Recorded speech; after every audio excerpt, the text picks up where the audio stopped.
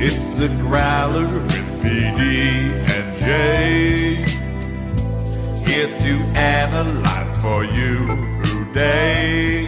From Growler Bet to Jay's got stats. We hope you enjoyed this episode of the Growler Podcast. All right. Welcome into the latest edition of PD and J on the Growler. Paul Dana Jr. and Jay Morrison here with you on a Tuesday. Good to be back in the mix. Jay, how we doing? I'm doing great. It's your Tuesday. It's my, I guess, Friday. I don't even know what I would call this day, but my last day of work for about a week. So I'm fairly excited. Yeah. You got a big weekend. Of course, no one will be stunned to find out that there was someone won a contest and that sent you off to a music festival featuring Luke Combs. I'm just like not surprised by any of this. It's the most on-brand thing ever. But it sounds like a fun weekend is ahead for you. Yeah, a beach concert, 3 days on the beach. I will miss the Ring of Honor game. I think this is just the second game I'm gonna miss at Paycor since I started covering the team full-time in 2012. The other was for COVID, and it ended up being a memorable game. It was the Wild Chiefs Bengals game, week 17 of that 2021 season.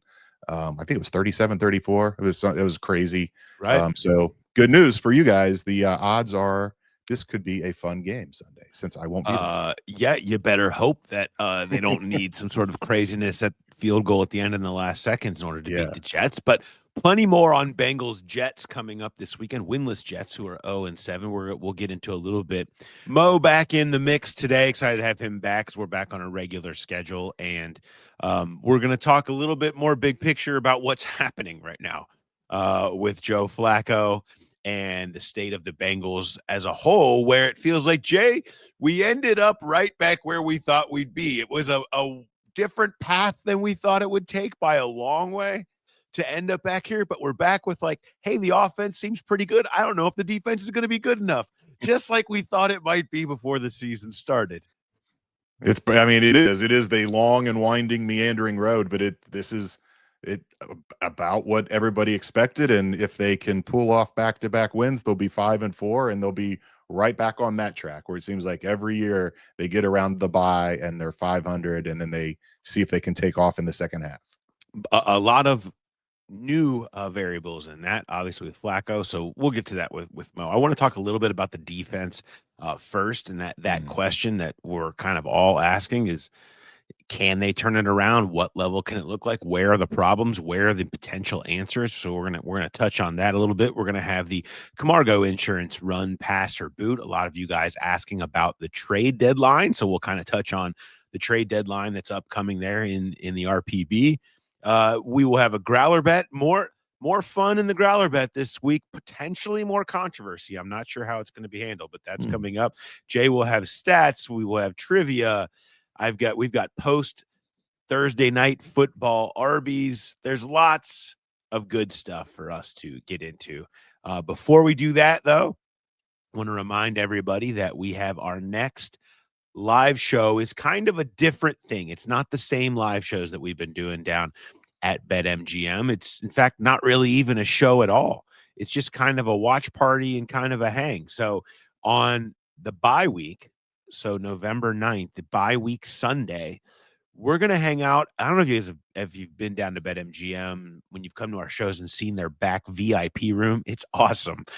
Couches, tables, TVs everywhere, your own bar, food set up. Like, it's a really cool spot. And, you can rent it out or whatever, but we are going to just do an event back there. So we're just going to hang out. We're going to watch the 1 o'clock window. You'll still have a chance to win tickets to the next game, which will be the Patriots game. You will also get our exclusive boosts, which just keep hitting and making people money. And so you can have access to that the same way and just hang out with us. And we'll have those boosts going for that 1 o'clock window so we can all watch and we can ride the highs and lows together, talk Bengals, whatever. We'll just be kicking it back there. So if you want to do that with us, if it sounds like something fun, just email thegrowlerpodcast@gmail.com. We'll put you in the list. Let us know how many people are in your group. and we'll go from there. So that's on November 9th for the 1 o'clock window during the bye week. The Growler team hang down there, myself, Jay, Mark, our crew. So it should be a great time. Really looking forward to that. I think it's something fun and different that we're going to do. And so I hope that you guys come on out, because I think we're going to make sure it's a great time. Yeah, we did a Growler staff party there last year in the playoffs to celebrate the season. It was during the that amazing Bills-Ravens game, and it's a really cool place, and it's even bigger. They've expanded it. They knocked out a wall and made it even bigger than what we had last year. So definitely looking forward to hanging out with some Growl pals and watching the game and seeing if some of these boosts continue to hit. I know. I mean, it's a good run. I mean, ever since I think the Boosts had to sell their soul to the devil when Burrow went down on the Burrow boost, but ever since then, it's been great. All right, let's get into a little bit of news. Not a ton of news necessarily right now. The Jets stink. They're 0-7. The Bengals are 6-point favorites going into this game. They don't know who their starting quarterback is going to be, or at least it's not been announced yet. It could be Tyrod Taylor. It could be Justin Fields, but Fields was benched last week, and so we'll be waiting to kind of hear what the news is out of New York in terms of who it will be. How much that matters, I don't know. Taylor would just be something new or different, but he wasn't particularly great when he came in the other day either. I mean, they have to go to Taylor. We were driving from Milwaukee to Green Bay last Sunday morning, listening to that Jets game in London, and Justin Fields getting sacked 9 times for 55 yards, minus 10 passing yards for the team. That was awful against a good Denver defense. But then to follow that up with a performance where you get benched, I don't know how they go back to Justin Fields at this point. I fully expect to see Tyrod Taylor in this game. Tyrod Taylor. Yes, Yeah, he's been right. making sure everybody's making sure and adjusting now in his like millionth year, finally getting his name right. Speaking of where he used to be at one point, Baltimore, still no Lamar Jackson at their Monday practice. And also, but much bigger news, Jay, much bigger news out of Baltimore today. I don't know if you heard this. No. The ping pong tables have been taken out of Baltimore's locker room. There you That's go. right. They're winning the division. Here we go. A team is desperate and in dire straits when they've gone to the ping pong tables. Get them out. Too distracted. We all know when they don't have ping pong tables, they bring them in to loosen it up a little bit. Yeah. So when you go to this part of the program, it's not looking good. I honestly, are the tables in the Bengals locker room? I don't remember seeing anybody play. I can't even remember. I don't think the tables are even in there currently. I don't think they were pulled out. I just think they haven't been there all year. Maybe they were there for a minute. They may have been moved. I don't have a good ping pong update, so I don't want to go in with. It's one of those things where you out of sight, out of mind. But maybe had they lost to the Steelers to make it 5 in a row, that would have been the plan. Bring the ping pong tables back. That's it. It's always the big move. In Cincinnati though, starting guards still not totally sure. They kind of have 4 of the same guys right now. I think probably leaders in the clubhouse right now would be Fairchild and Rivers. I just think Fairchild was kind of more held out, short week, couldn't practice all the way, was still kind of coming back. Reisner has come in and done some good things at that left guard spot. Including a big help in busting a couple of those explosive runs from Thursday. But I do think they prefer Fairchild in there just based on, what their plan has been from the moment he was drafted and feeling like he was playing fairly well. So we'll see, though. I mean, they really, between Lucas Patrick and Reiser and Fairchild and Rivers, it's kind of all the same, Jay. Yeah, but it does feel like they're going to this youth movement and getting the young guys in there more. And it does make sense to, unless Rivers becomes a total liability, why not let him get in there? If they're all playing about the same, let the rookie learn and grow and move forward and see if he can be an answer moving into 2026. And, don't mess with what's working. The Right. pass protection has been working with Flacco at this point. And so maybe just stick with what that has been because it seems to be doing okay. Outside, let's dive into the defense here a little bit, Jay. So I was surprised. I did not expect it to look this bad. I was just kind of writing a general story off of Al Golden talking to us on some of his thoughts on where the defense is at and the improvements, because now it was sort of overshadowed by how bad the offense was. Now the offense has righted itself, and you look at the defense and it's had its 2 worst weeks. Maybe we talked a lot about in the walkout about how it just seems to be trending in the wrong direction. Missed tackles have returned in mass. You've got a bunch of young players everywhere. Your older players are not playing well. Geno Stone in particular has been a problem. You just got a lot of issues. But through the first 7 games, I've got stats on this one. Okay. First 7 games of a season for the Cincinnati Bengals. This is the worst statistical defense this century. So back to 2000, I went put in True Media. I just had every Bengals season through their first 7 games. They were the worst of those 25 seasons in defensive EPA per play, points allowed per drive, defensive success rate, percentage of drives allowing a touchdown, and points per game. They are on pace to allow more points than any season in team history. These things are bad, right? So I didn't expect it to feel that bad. There have been moments where it's felt like things are happening, but as a whole, I still feel like it felt more hopeless last year, but I feel like the hopelessness last year really came in that 3-game stretch in the middle of the season.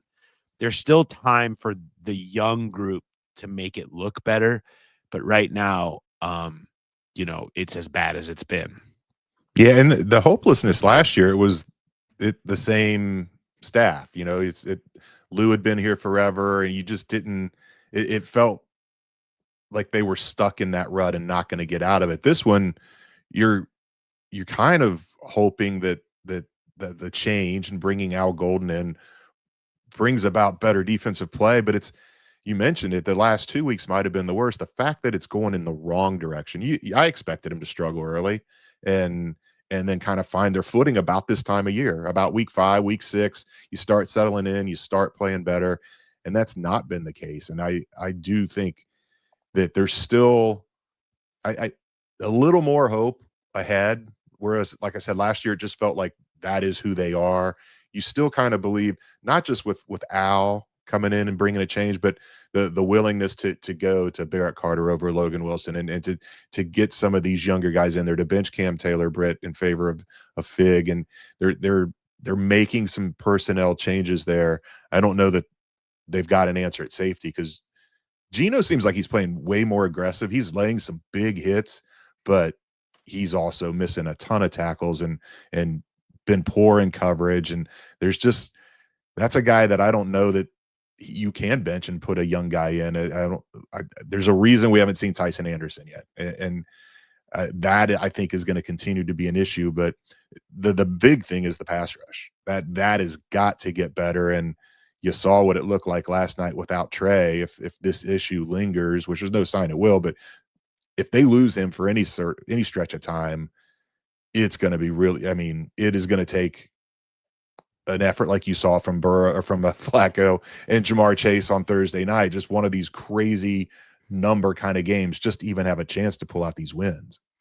Yeah. We were talking about, even in advance of the game Thursday, how terrible the pass rush win rates are on this entire, and you don't need the numbers to see you just watch Aaron Rodgers just sit back there, and Shamar Stewart, who you hoped would give you a lift, came in, played the first couple series, and then was kind of taken out. Like, he was not back in the game. After that, they were he was the one letting out the contain on the first Rodgers touchdown, where he goes back and forth for 8.6 seconds. And it's like, okay, that guy was supposed to come in and provide help, but then you're back in it's just a rookie in his 3rd game, and a raw one at that. And so you remember that they're kind of back where they just need Hendrickson to dominate and close to give them a chance, and maybe that can help open things elsewhere. But they have no pass rush. They're leaky on the back end. They have 2 rookie linebackers. Like, all of that is a problem. And then things like this happen. I just wanted to make sure that this screenshot that I did sees the light of day. Jay, I was doing the story on the defense. I didn't find a good spot to put it in. And I just wanted to make sure that I could get it out there. And this was the 68-yard touchdown. This is right as Aaron Rodgers is about to throw the ball. I had to do the big circle on the space that Pat Freiermuth is standing in there. How in the world that space exists with the game on the line is kind of beyond me as Rodgers gets ready to throw the ball. But Geno Stone down here at the bottom of the circle for some reason tells you probably all that you need to do. I believe Al Golden's line on that was failure at all three levels. Yep. Yeah. I believe this photo encapsulates failure at all three levels. No pressure. Linebacker depth, probably not enough. And Geno Stone, for some reason, saying hello to Mike Tomlin over here while Freiermuth runs down the seam. I just want, these are the things, right? Well, These and these are the problems. And that goes back to what you guys talked about on the rewatch. I mean, if you look at that, DJ Turner's got great coverage on DK Metcalf, and Geno's going to help there where you don't need help, and he leaves Freiermuth that wide open. That's how you give up points after points after points. 6 straight games now, 27 points allowed. I was wondering and where that ranked, and it is tied for a Bengals record. I was surprised to see where it ranks in NFL history. So the only other Bengals team, of course, we keep going back to these horrible seasons. 2002, they gave up 27 points or more in 6 straight games. Among all teams since the NFL merger in 1970, this is tied for the 13th longest streak. That stunned me. I mean, 27's a lot, but it's not crazy. If they give up 27 to the Jets, 7 in a row, it'll be tied for the 6th longest streak in NFL history since the merger. The record's only 9. That was the 2020 Chargers. And there's 4 teams tied with 8. It doesn't stun me that they've given up 27 points in 6 straight games, but I was really surprised to see how high that is on the list. It just feels like there have been bad teams across the league, and 27 isn't a huge bar to climb or to go under, I guess it would be in this case. Maybe it's not the streak, maybe just in the vacuum. If you give up 27 to the Jets, that's the real problem. Yes, that's where I was just gonna go. If you give up 27 to the Jets to then land in that type of territory, I feel like Jay's gonna come back from vacation and say, I have 5 different Dayton Triangle stats that I can associate to where the Bengals are at defensively. That's where it will feel like. It will feel like triangle territory, which is a shirt that we still need. Yes. Triangle territory is still a shirt that we need made right now. So we'll get on our friends at Cincy Shirts about that right now. All right, let's do some run, pass, or boot action, huh? There's our guy, Josh from Camargo Insurance. You know him. He is the judge and jury of run, pass, or boot this year. And of course, if you have an RPB, you want us to read it and answer the question, send your suggestions to josh@camargoinsurance.com. Also, when you work with Josh at Camargo on your insurance, you know you're getting a true concierge experience. No fluff or run around, just one-on-one help from somebody who gets it. And he's not your average agent. He is a certified insurance and risk professional who helps business owners protect what they've built and plan for what's next. So if you own a small business, reach out to Josh to assure peace of mind that you have the best coverage available. He also works with the best carriers in the industry, so you can find the perfect coverage for home, auto, business, life insurance. And Josh is giving back to the Growl Pals. We love that. He's giving away 2 tickets to Bengals versus Ravens game. All you got to do is request the free, no obligation quote. You don't have to buy anything to enter to win. Then you are entered for a chance to win some seats and also make sure that your coverage actually makes sense. Link to enter is found in the episode notes, or you can just go to our website, thegrowlerpodcast.com. So if you're ready for insurance that's simple, personal, and handled by someone who's a trusted growl pal, reach out to Josh at Camargo Insurance and also send him your RPBs, josh@camargoinsurance.com. This week's RPB question comes from David I.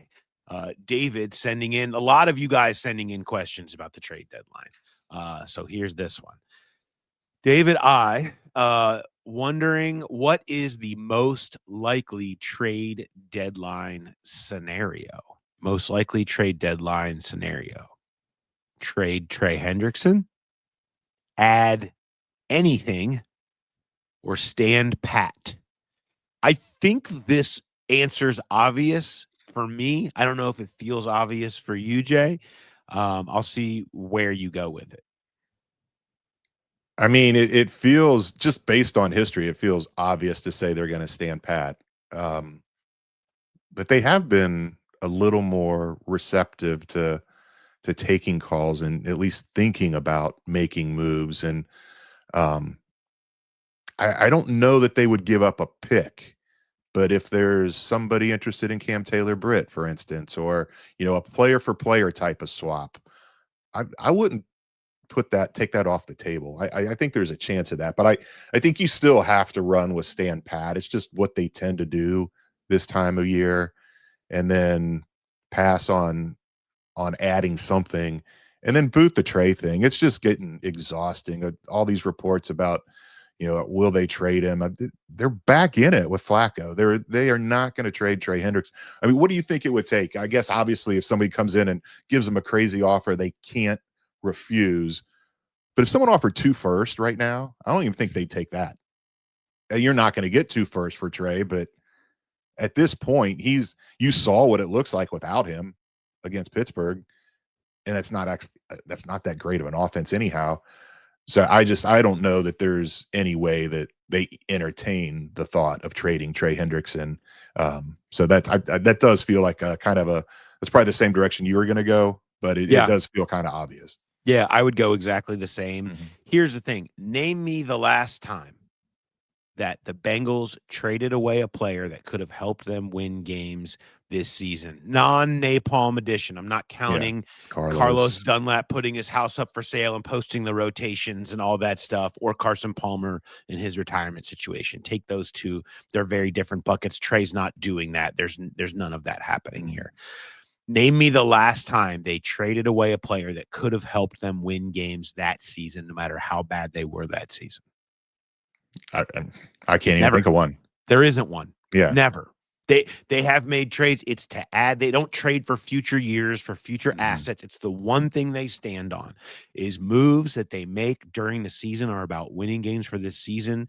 That you're just not going to see them quit. I always mention that 2019 trade deadline, but when they were winless and they had AJ and Geno on the roster and people were calling, they still, even knowing those guys weren't a part of their future, still weren't taking that on, and they were winless.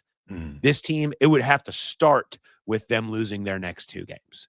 I mean, they would have to be 3-6. And in fact, it would probably have to take something happening to Joe Flacco. And I know, knock on wood, everybody there on that one, but that's the type of disaster scenario you have to be on by the trade deadline for them to even have a conversation about that. You see how bad their pass rush is without Trey. They know how much they need him to win games this year, and that matters more to them than anything else. Standing pat seems the most likely. I don't think that they're one player away on defense. Nothing that they're going to add, and they've already made their trade. It feels like they've given up the assets that they're going to be willing to give up this year. I would be stunned to see them add, although you could make a lot of arguments for them adding some kind of a pass rusher on the interior. But again, I don't see that happening. All right. If you want to win Bengals Ravens tickets, you can. The giveaway form is in the show notes and at our website, thegrowlerpodcast.com.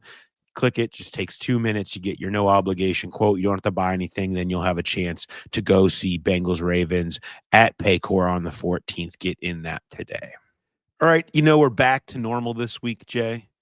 1 o'clock on Sunday, full regular week. It feels like it's been a while since we've kind of done this. And that's why it feels better to be back in the normal spot with our good friend and yours, Mo Egger from ESPN 1530. What's up, buddy? I've decided I want every game to be at 1 o'clock on Sunday. The disruption to life is just not worth it. Now, it's great they won the game on Thursday. That was a blast. That's one of the best football games I've ever been to. But I don't know what day it is. So And there's been a lot of disruption in my life recently. So I'm ready for routine. I'm ready for routine again. Nothing is more routine than the three of us sitting together here and talking through the Bengals problems for a little while at this point. So I feel right. I feel back at home. And I will point out, we even have aliens news to get to when you talk about really getting back to our home place. So I'm saving that for later. We'll touch on that in a second. But I wanted to start with your Twitter account. Oh no. I was like, there's a bunch of different directions I could go with this segment today, and I wasn't really sure what to do. Mm-hmm. And so then I thought, let's just see, maybe Mo's got a good tweet that I can use as a jumping off point. And you had a tweet stream from Thursday night that I just felt like I'd give you a choice of which ones you wanted to talk about. This is the succession of Mo Egger's tweets from the Thursday game. Joe Flacco met his teammates 8 days ago, period. Bengals need an 11-minute drive, period. Geno Stone was asked to take a pay cut, period. Jamar Chase is just an awesome football player. And then, does Browns GM Andrew Berry have a preferred charity? I liked all of these individually. Is there any one of these that you'd like to prefer as a starting topic? Jamar Chase is just an awesome football player. Let's do that, shall we? Let's do Jamar Chase is just an awesome football player, which is true. What prompted would you remember which play prompted that? And what was your impression of watching a man get peppered with 23 targets in a game? It was the two blocks he threw for Chase Brown. Yeah. He sets a block, then outruns his teammate down the field and sets another. And I don't know why I felt compelled to tweet that in the moment.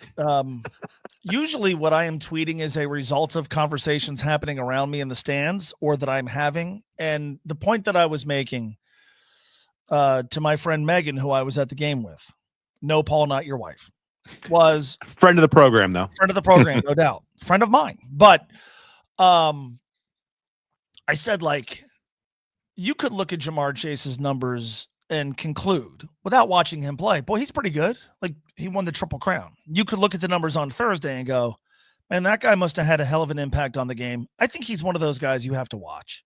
Like, I think to really appreciate what he does, look, he's not perfect. We saw him play against Minnesota. We saw him play against Denver. But when this team has needed him the most, think Kansas City. Like, the greatest game I've ever seen a wide receiver play, 2021 regular season game against KC. You could look at those numbers and go, holy hell, he was awesome. But it was degree of difficulty. It was situation. It was what was riding on every catch. It was what was riding on that game.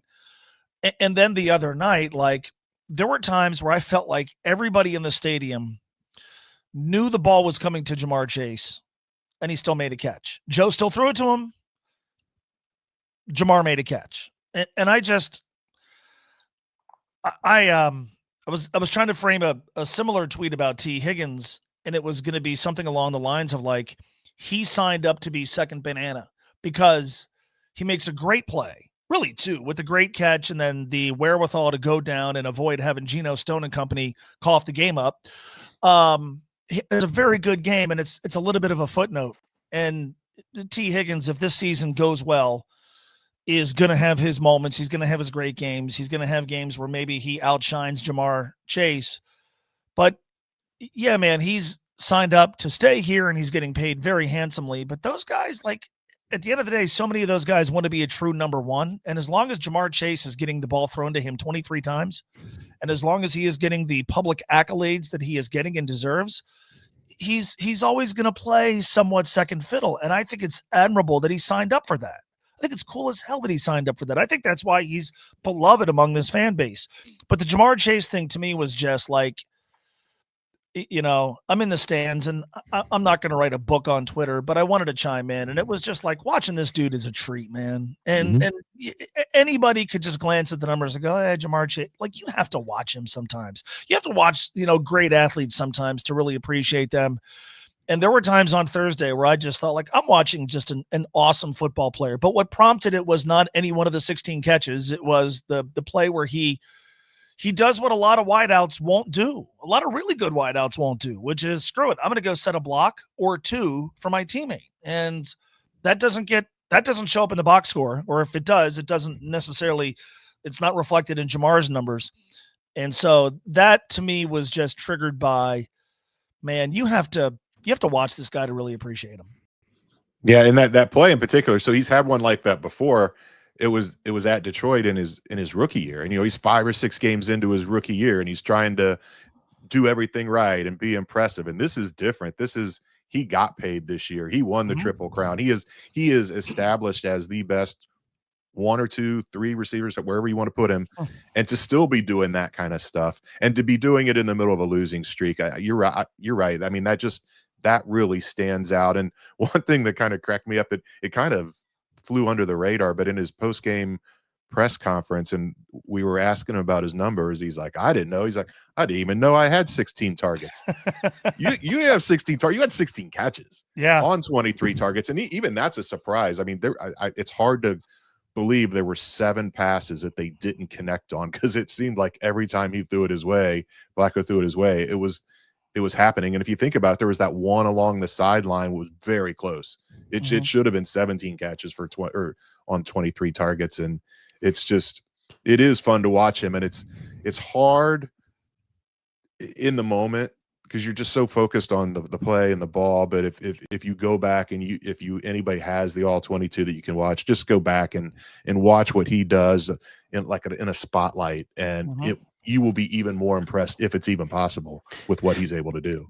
To me, I think this is something that we've talked a little bit as this year has gone on and since Burrow has gone down, and it just was really obvious with that play that you're talking about, Mo, is that this guy's emergence as a mature leader and caring so much about being viewed as a leader has stood out this year beyond anything else he has done. Like, it has mattered to him setting that example. I'm going to be the star out here blocking for Chase Brown down the field. I've got to be better at that. Me doing the extra thing and not caring too much. And they've needed that. They've needed that real leadership. He's even gotten up and spoken in front of the team a few times, which he never really does. And the way he talks with so much pride about having the captain C on his chest, you can really tell it matters to him. He's not blowing smoke. He's not saying it just because it makes him look good. You really feel that from him. And they have never needed it more without Burrow. And he's kind of become this driving force behind them while everything else is kind of chaos. And it's made all the difference. You're right. It's been impressive to watch. Let me ask you this: what has your Bengals belief level gone to now? Now that you have this 2-game Flacco experience and the reset, and I think everybody's kind of back on the belief train. If I'm going 1 to 10 with you, 10 being full belief, see you in Santa Clara. Where are you at with the Bengals maybe having the ship righted a little bit? So 10 is Santa Clara, right? Yeah. All right. Before the season, I was at a 7. I'm at about a 5.5. Because if not for T. Higgins, Joe Flacco, and Evan McPherson, the story is that defense. Yeah. And that's inescapable. And, in the immediate euphoria of the victory, nobody, myself included, wanted to talk about that.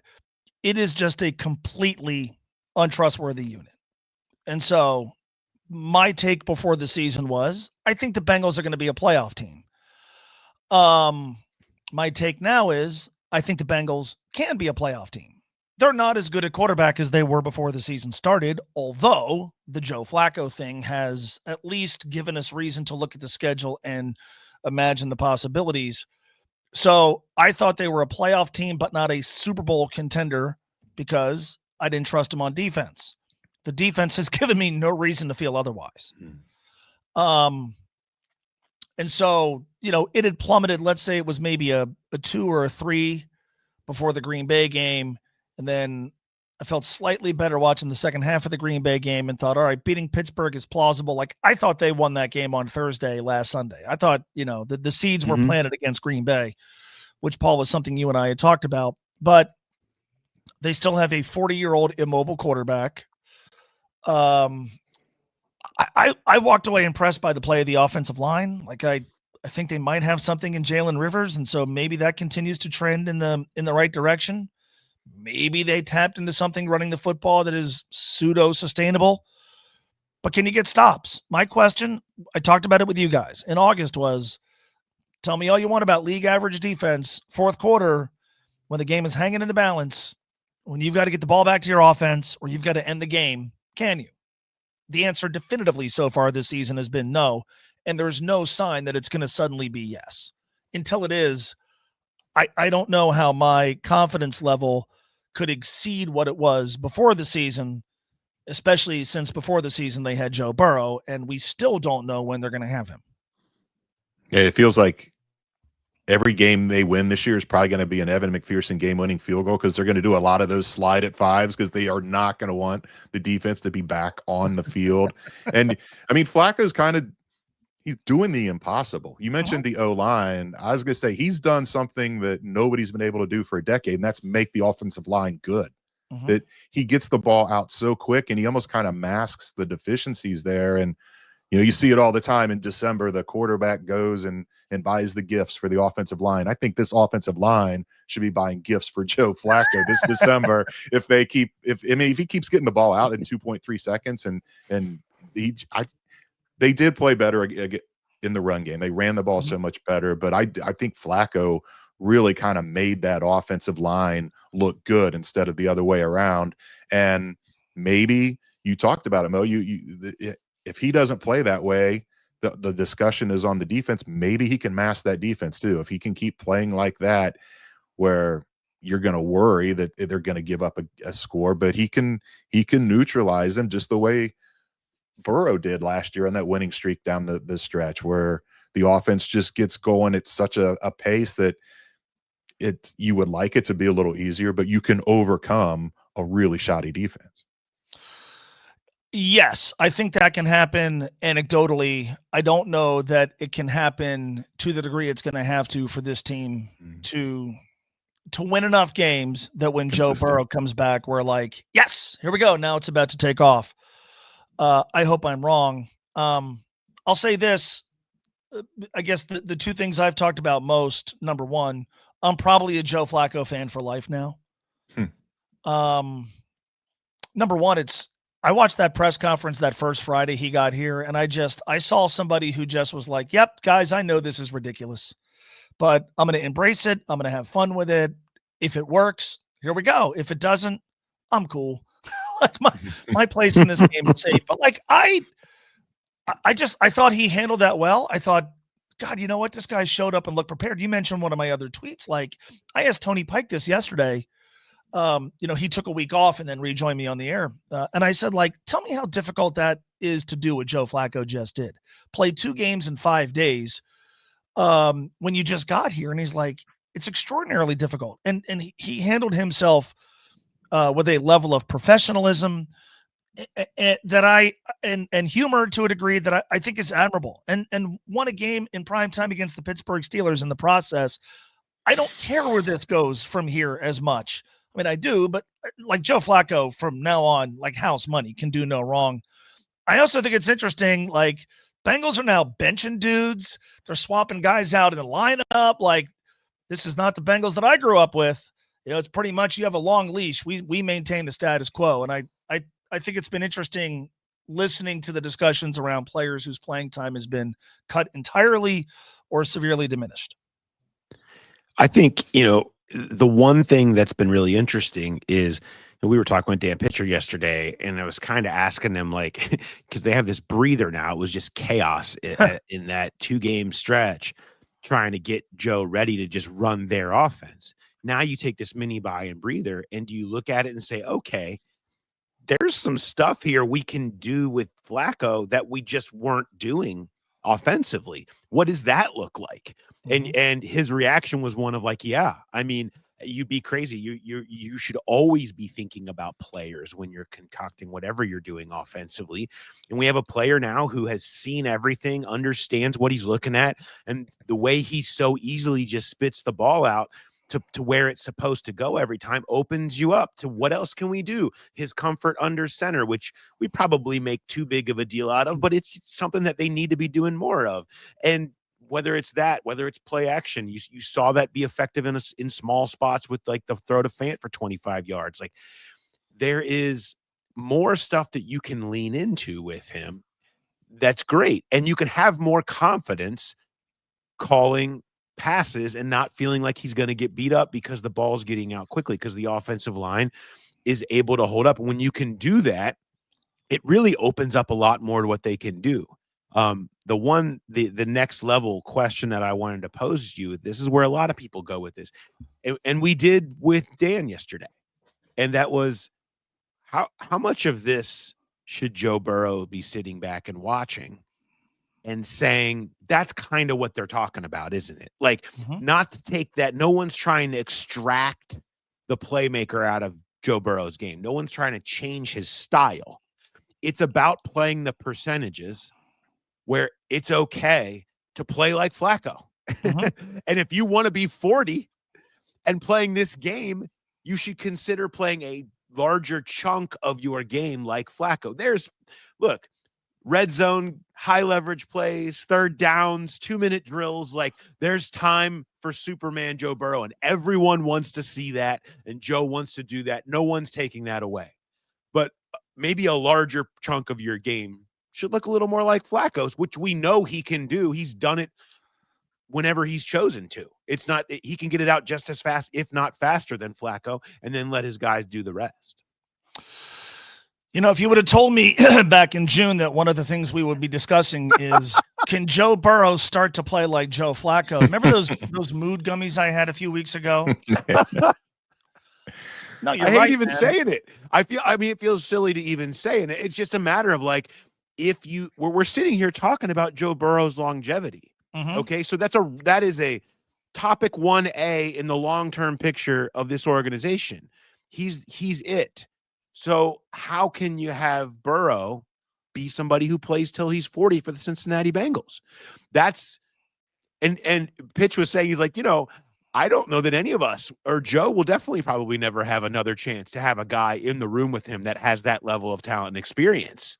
Like he's just not, because he's never going to have an accomplished 40-year-old quarterback willing to sit behind him.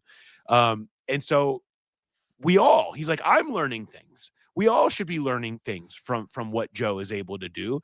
And I think one of those should be just how effective you can be just by knowing where the ball goes and taking the easiest route available.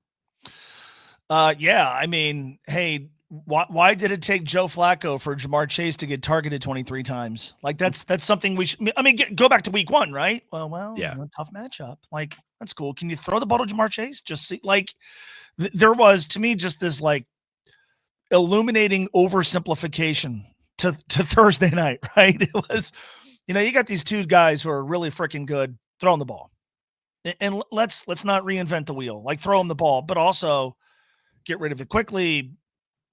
For what it's worth, operate under center a little bit more. Yeah, I would like to think that Joe Burrow is intelligent enough to watch what Joe is doing and go, okay, how can I apply some of that to my game, which is already elite? Like if Joe Burrow's not capable of doing that, then he's not as intelligent as I think a lot of us think he is. So I thought the same thing watching the highlights on Friday morning and seeing, they were showing Joe's reaction on the sideline, which is not something I was really paying attention to in the stadium. And I thought to myself, like, I wonder how much of this is hitting home for him to the point that he will at least contemplate ways to better protect himself and make the offense as a whole function more effectively. And I hope that's like the large scale impact of all this is that Joe Burrow gets through the next few years almost unscathed. And the turning point is when he watched Joe Flacco do his thing in what's supposed to be Joe Burrow's offense. A long way to go until we get to the very end of this road, and we'll talk more about Burrow again. It's like, there's reports now about, maybe this is what nobody knows the timeline. Don't listen to these people trying to tell you they know the timeline. They don't know. Nobody knows. Don't do it. Don't go down that road, because right now look, they got 2 games. They got the Jets, they got the Bears, they got a bye. Mm-hmm. Start there. Joe's in the building. We probably need to try to perk his spirits up a little bit. He's looking a little depressed. But outside of that, it's going to be Burrow's rehab and possible return is going to be a conversation for another day. For now, all that matters is winning a few games, and we'll reach Burrow transition, what Joe's game looks like into the future at that point. But for now, yeah, I think we can all sit here and say, hey, Joe's probably watching this like he does most things and taking it in and seeing what lessons he can learn. Before I let you go, though, Mo, I just want to quickly make sure we acknowledge the new documentary that is coming out about alien life. Mm-hmm. It is called The Age of Disclosure. Mm-hmm. It is a documentary that will reportedly reveal an 80-year global cover-up of non-human intelligent life with testimony from members of government and the intelligence community. This is very real. This is happening. Should we have a watch party for this? The question is, what do we do? How big do we go for this? Do we invite everybody into we rent out a theater and we all go watch it together? What should we do? I think number 1, yes, watch party. Number 2, I think the Growler needs a serial podcast element to what you do, where we do like an 8-part series, maybe get some of the folks involved in the project on with us and sort of take this to the next level, because I have a lot of questions. But my original point when we started talking about aliens was our world, our society is so messed up that we have people acknowledging, yeah, aliens are probably real. And we are so desensitized to anything that we're all sort of like, yeah, it's cool, man. Like, and if you would have told me at any point in the first 42 years of my life, that would happen, people would be going sideways. And now we just sort of like, yeah, okay, man, what? Yeah. So I don't know. We got a lot going on here. What I'm curious is once this project, when does this come out? November 21st. November 21st. On November 22nd, are people losing their minds? No one's even talking about this documentary. Right. Which is why we have to. Okay. We have to. So we're reminding everybody right now. We have to. It's on us. So we will make sure that we have watched it. And by the time we get to that game leading, I guess maybe after the New England game, you think you're going to hear about Drake May throwing for 582 yards, but you're not. You're only going to hear about the Age of Disclosure here on the Growler. All right, Mo, appreciate it. I will see you this afternoon at Oakley Greens from 3 to 4 p.m. back in our normal Tuesday slot in person. I can't wait. And we'll talk to you then. All right. Thanks, guys. See you. Lovely, as always, to catch up with Mo and start discussing aliens again. Everything about it felt like we're back home again. We're back in the normal pace of everything as well. One thing that was mentioned in there, you were talking a little bit about the offensive line, Jay. Mm-hmm. You know, these are some guys who are feeling a little bit of vindication, and it was your point was correct in that. Look, I mean, they should be the ones giving gifts to Joe Flacco for what he's done, but I also do think that you're seeing what I think the vision was come together. It was a rough start. Mm-hmm. But you're starting to see a little bit more gel and comfort in what they're doing. How much that's due to Flacco, I don't know, but there's still a lot of one-on-ones. There's still a lot of winning that they've done, and I think that what's happened now with the growth of the run game starting to show signs of life. We'll see how much that continues. Also belongs on their shoulders. I was talking to Chase Brown last week, and he was talking about, there was a confrontation. I think he was pointing out, like, we all had to come to a head of understanding why the running game was terrible, right? And he talked about that moment in that week 3-4 range where everyone was sort of all hands on deck trying to solve this thing, trying to figure out what the hell is going on, different things they can do, different personnel, different ways they can all do it. And he's like, it was a lot of work. You see, we popped the first long ones on Thursday. He's like, but that was weeks and weeks of us trying to figure it out and poking at different things.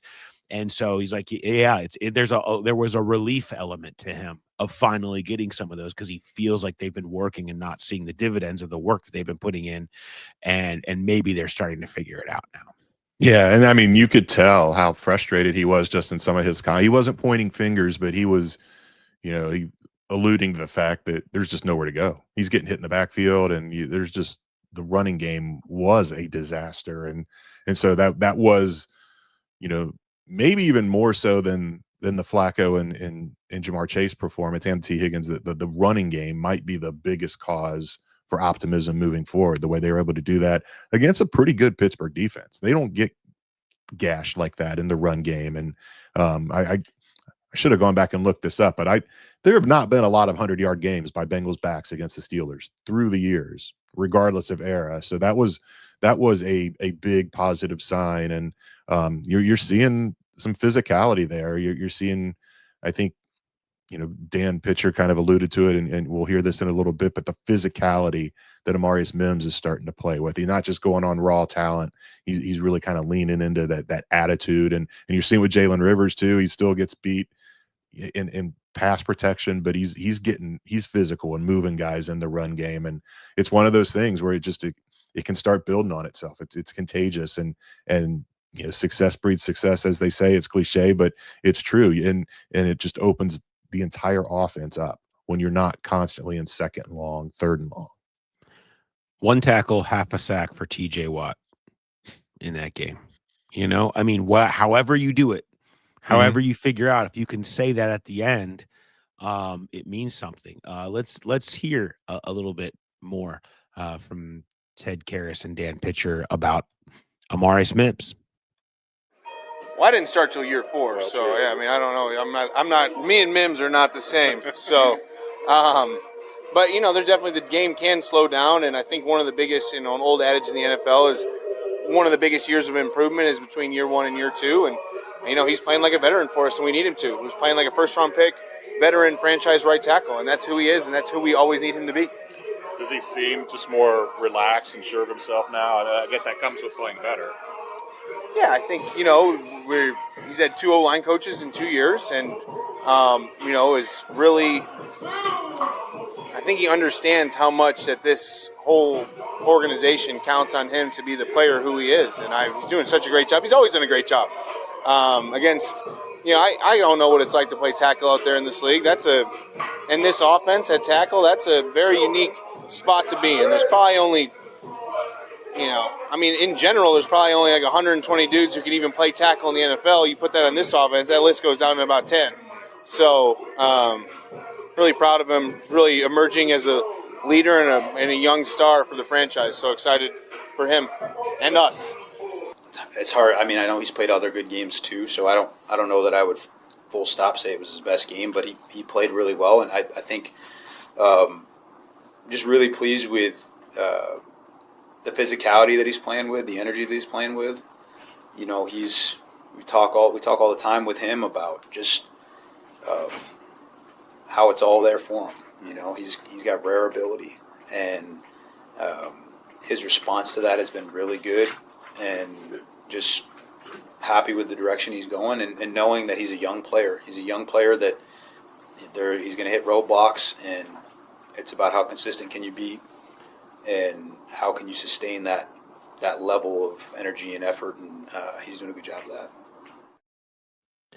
Well, they certainly need it. And, Ted talking about something that Whit and I talked about a few weeks ago, which was that this might be the hardest place to play offensive line in football by nature of the way. Now, I think it has gotten a little bit easier if they play the way that they've played in recent weeks. Joe Flacco, 2.27 time to throw average, which was one of the top 10 quickest in his entire career.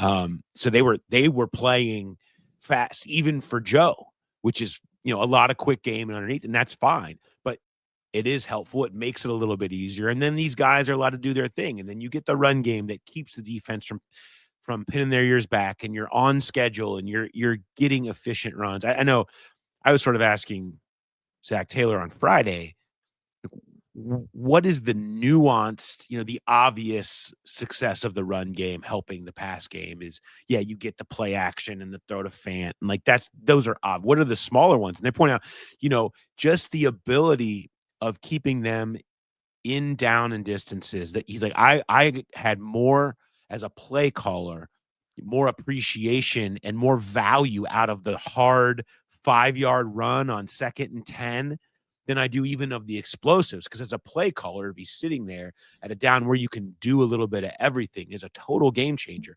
And that's the biggest thing, is it opened up a ton in the pass game just by staying in better down and distances the entire time. And then Pitch was saying they also are able to tag pass plays onto these run plays more often, essentially, because of the success of the run game. And you just feel like you can have that as an option. He's like, you can have 10 guys doing a run play, but you can tag a route on somebody and put it in the quarterback's hands to make the decision of what they want to take it. You know when one of those was? Jamar Chase's touchdown reception, and the fade in the corner was a run call with a tag for Jamar to run to the pylon. Flacco says, I'll take that.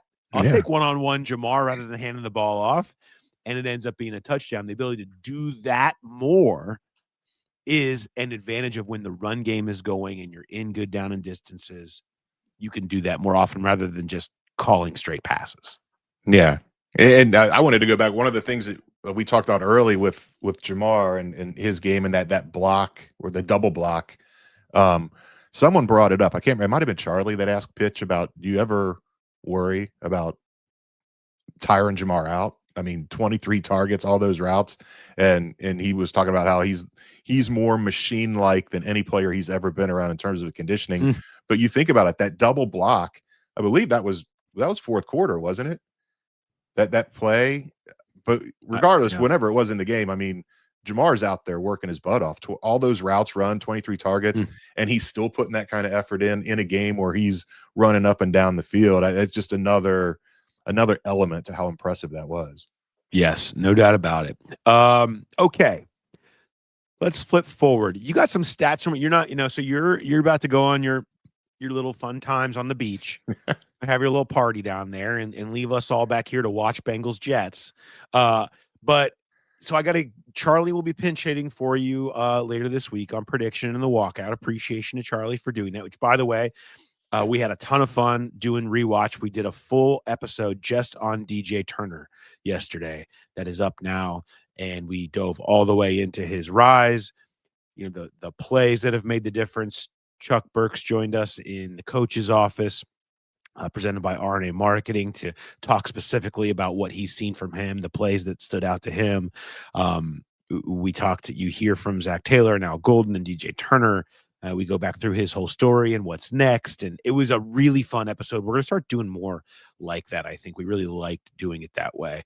So if you have time, I highly recommend making sure you're subscribed to the YouTube channel. If you're not, going back and watching that, or it's up in your feeds as well. But that episode is up there. So shout out to Charlie for pinch hitting this weekend and the work he put into the rewatch episode with me. But with that said, you probably have some thoughts and some stats on this weekend's Jets game that I know you need to get off your chest. Yes. So fire them out. I do. I have a lot because I'm putting all these stories, these stat of the Jays in the bank so they can run while I'm gone. I do want to say, do I need to text you or call you with a song on Sunday? Because I trust Charlie to fill in, but I don't know that I trust him to not just throw out the Josh and Drake theme song as his song of the game. And I will be watching. I think our flight leaves at 6 or 6:30 Sunday night, so I should be at the airport as that game's coming to a close. I will happily send in a song choice. There we go. For Charlie. I will count on you. I will count on you for that, because You're right. I don't know that we want to go directly to the Drake and Josh quote that best sums up Bengals Jets. But what do you got for the stats? So we talked. I mean, all the players talked about how they hate Thursday games, but they love them because they get the weekend off and a chance to reset their bodies and come back fresh. So I wanted to go and look and see, well, what have they done with that extra rest in the past? And the answer is absolutely nothing. Their last 10 games after a Thursday game, they are 0-9-1. What? Yes. Last year, they lost to Baltimore on that Thursday night, the heartbreaker when they missed the 2-point conversion at the end. Yeah. Next week, they go to the LA and they lose to the Chargers. In 2023, they lose on Thursday night in Baltimore. Following week, low extra rest, Jake Browning makes his first career start. They lose to the Steelers. 2022 Ring of Honor game, they beat the Dolphins 27-15, come back the next week with the rest, lose to the Ravens. On and on and on it goes. 2020, the bright spot. They lose in week 2 at Cleveland on Thursday night. They come back 10 days later and tie the Philadelphia Eagles 23-23. The last, even 2015, that team was 8-0. Their 8th win came on Thursday night. They come back from that game and lose their first game of the year to the Texans. That was even longer. They had an 11-game gap because they went from Thursday to Monday, and they lost that game 10-6. You have to go all the way back to 2014. They came back from Andy Dalton's 2.0 disaster against the Browns and went to New Orleans and won 27-10 the following week. They are terrible. They are 0-9-1 in their last 10, and they're 5-14-1 overall since they started playing Thursday games the week after a Thursday game. Makes no sense at all. One that does kind of make sense. This will be the 7th time in franchise history they've played a team that's 0-7 or worse. They have won the last 5 of them. They beat the Browns, who were 0-10 in 2017. They beat the Browns, who were 0-12 in 2016. They went to Indy and beat the Colts the year before they drafted Peyton Manning. The Colts were 0-9. The Oilers were 0-8 in 84. The Bengals won. The Oilers were 0-9 in 83. The Bengals won. You have to go all the way back to 1975. The Browns were 0-9, and the Bengals went up there and lost. So they have a way of stumbling against bad teams, but when they're the worst of the worst, when they are winless and have 7 losses or more, they found a way to get the job done. Since 1975. Since 75. Yeah. I remember 50 years ago. That is crazy. The mini buy stat is mind-blowing. That might be worth a psychological study on why that might be. Like, I wonder how potentially is happening there. There's no way to just put a filter in a stat. Like, I had to go through every season and look at the Thursday game and then look at the game after. It would be interesting to see if I had the time, or if anybody else has the time, to look at other teams and what other teams' records are after the mini buys, because maybe you have a little too much fun on that bye weekend, and then it's hard to get back into the swing. Well, they better hope they beat the Jets. I'll just say that much. Or all the goodwill built up in the whiteout will disappear, and it will sound a lot different from people walking out of the stadium on Sunday. Spoiler alert: I will not be predicting that happening.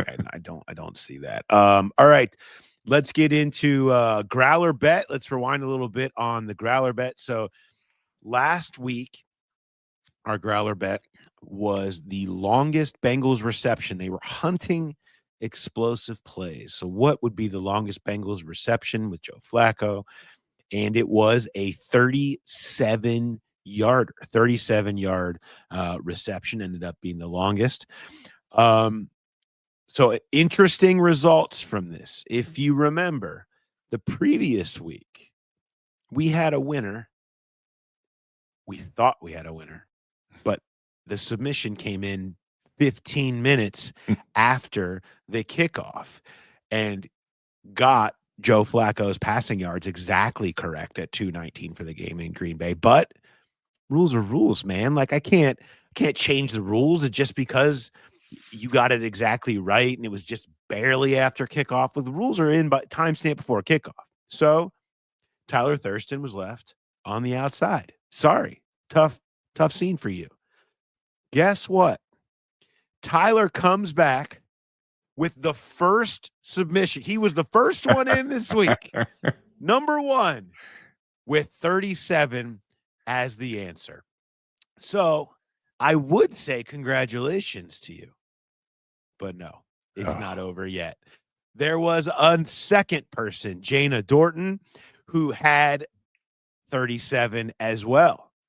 So we have to go to a tiebreaker. Tyler, it's not over yet. Okay.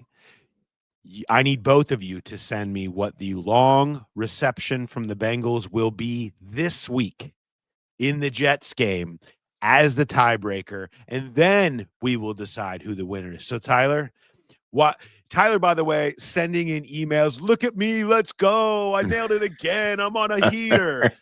Calm down. Simmer down now, okay? Because you're not home yet, Tyler. One more, you got to hit it one more time in order to get the drinks on me at our next live show. So hit me up with that, Tyler, Jana. Send those in. Long reception in the Jets game by the Bengals. The Growler Podcast at gmail.com for all of your submissions for the Growler Bet. And of course, we love to give a shout out to those that make me laugh with something in the subject header. I do want to point out, I really like things that are timely and are paying attention to what we're talking about. This from Jay Ross. This is not NAM. This is the Growler. There are rules, Tyler. Yeah, that's right. Right. Combining Lebowski and Tyler missing the timestamp. I gotta say, well done, Jay. Loved that. And Jana, who got it correct, also had the Flacco round and find out as the head, which I appreciate. They're on shirts. Those shirts are being sold outside of the game. I love the Flacco round and find out idea. It seems I'm a big fan. So I'm sure that we will see those circulating here by our good friends at Cincy Shirts. Reed Kaiser. It's a bird. It's a growler. No, it's Marco Wilson Thursday. I appreciate people still giving love to the empty free agency live shows, including it was Marco Wilson Tuesday technically, but I was willing to play along just for the sake that I appreciated Reed bringing that back up. And then this one, and it was prescient because it was Marco Wilson Thursday because he was active for the first time in forever because Cam Taylor-Britt was inactive. So maybe I'm going to guess that's what he was going for with that, which I appreciate. Oh, he sent it in on Thursday. Yeah, maybe it came in post inactive. Okay. So I appreciate that. Marco Wilson Thursday. Well done on all levels, Reed. Yes. Well done on all levels. I have an appreciation. I love it. You guys are paying attention out there. you guys you're in deep. Sam Hare says, that's as good as money, sir. Those are Growler bets. Go ahead and add it up. Every cent's accounted for. I love any Dumb and Dumber reference that you can drop on us. So I always make sure that those get some love as well. Okay. This week's Growler bet, Jay. Let's make one up on the fly. What should we do? What should we do for this week's Growler bet? Bengals, Jets. How about this? Passing yards allowed by the Bengals defense. We've got this decrepit, awful Jets passing attack coming to Cincinnati against this, let's be honest, decrepit, awful Bengals defense right now with all the missed tackles that have been happening. Something's got to give. So this week, I think we should do Jets passing yards in this one. Yeah, net passing yards, because then that also brings in the element of the Bengals having no pass rush, because the sacks that goes off of the passing yards every time you sack a guy for 7 yards. So that is the perfect Growler bet for this one. Last week was crazy. I don't know that we've ever been so far apart on a Growler bet where you went really short and I went 65. If it had been long at pass play for either team, I would have won because you had the Freiermuth 68-yarder. But this one, even if Tyrod Taylor comes in and plays better, I can't see them lighting it up. I'll go 222. Wow. That's a lot. I know, but that's a lot. That's more indicative of the Bengals defense. There's going to be missed tackles. There's going to be guys running wide open. I think you get a guy in there like Taylor that can make some things happen. If we knew for sure Justin Fields was starting, it would be way lower. But like I said earlier in the podcast, I do expect it to be Taylor, and I do expect that Jets offense to have a little bit of a boost with the change. So Fields has had some decent games this year. He threw for 218 in the opener against Pittsburgh, 226 at Miami, and then 283 against Dallas. The last 2 weeks obviously have not been great. They had that, what you mentioned before, the negative game in London. But he's gotten into the 200s. They've been able to get some numbers up. I mean, it's just they're in such bad shape right now. But I'll give them some. I'll say 175. I'll kind of do a nice even number. 175 there is my guess on that one. But everybody get your submissions into us, to the Growler Podcast at gmail.com. Of course, if you can make us laugh potentially with something on topic in the subject header, we love to give shout outs to you as well. So get those into us now. All right, Jay, do you have any trivia for me this week? I do. Last week, Chase Brown, 11 carries, 108 yards. I was curious what the fewest carries by a Bengal was in a 100-yard game. You want to take a guess on either the number of rushes or the player who did it?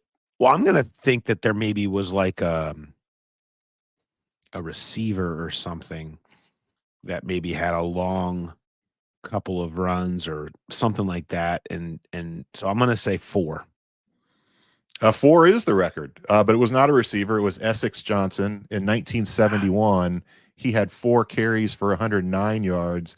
That same season, he had 8 carries for 113 yards in the opener. He was a guy that he was fast and he could break them and he could go over 100 without a lot of carries.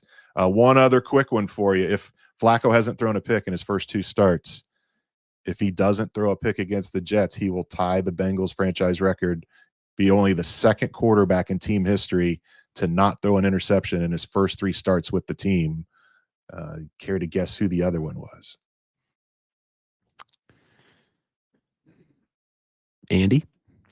Nope. The guy that replaced Andy, AJ McCarron, came in after the broken thumb. He only made 3 starts, and he did not throw a pick in any of those. How about that? Yeah. Unbelievable. Game manager. Yep. I'm sure he doesn't like to hear, but proudly, right? You could AJ's got a podcast now. You can go listen to AJ. He's got his podcast going. I think it's called The Dynasty. It's a roll tide Tidecast. But maybe he'll have me on now that if he hears this trivia. Yeah, let's go. We need a crossover. We need a crossover episode. We can do that. We can get us. We'll get the 4-box going. The 2 of us, and we'll bring Drake or Patrick in. His son is playing safety for Bama. We'll bring in McCarron. We'll get the whole band back together. I love it. Sounds good. Any Arbyes? Any Arbyes for you? I've got one. Do you have any Arbyes from the last few days? I do. Yeah. So I was waiting around because it's been so crazy with Flacco coming in and hurrying up and getting ready for Green Bay, and then the short week last week. I just haven't had time to go up and introduce myself to him in the locker room and tell him who I am and just say hello. So I did that yesterday, and he was kind of in a hurry, but I was like, he was leaving the locker room, and I was like, I've got one thing for you. Do you have any idea how many different guys you've thrown touchdown passes to? And he's like, no clue. I was like 69, and he was stunned. He's like, that is a lot. And I said, do you know what the NFL record is? And he said, no. And I said, 73 by Drew Brees. And he immediately started scanning the locker room. He's like, well, I got to throw one to Chase Brown. I got to throw one to Andre. He's counting it up. He's ready to get that NFL record. And maybe he can find a couple of tight ends that he hasn't hit yet. I mean, Gesicki's out for a long time. He's already hit Fant and Tanner Hudson, but there's a path to it. He could do it this year. 4 more to go to tie.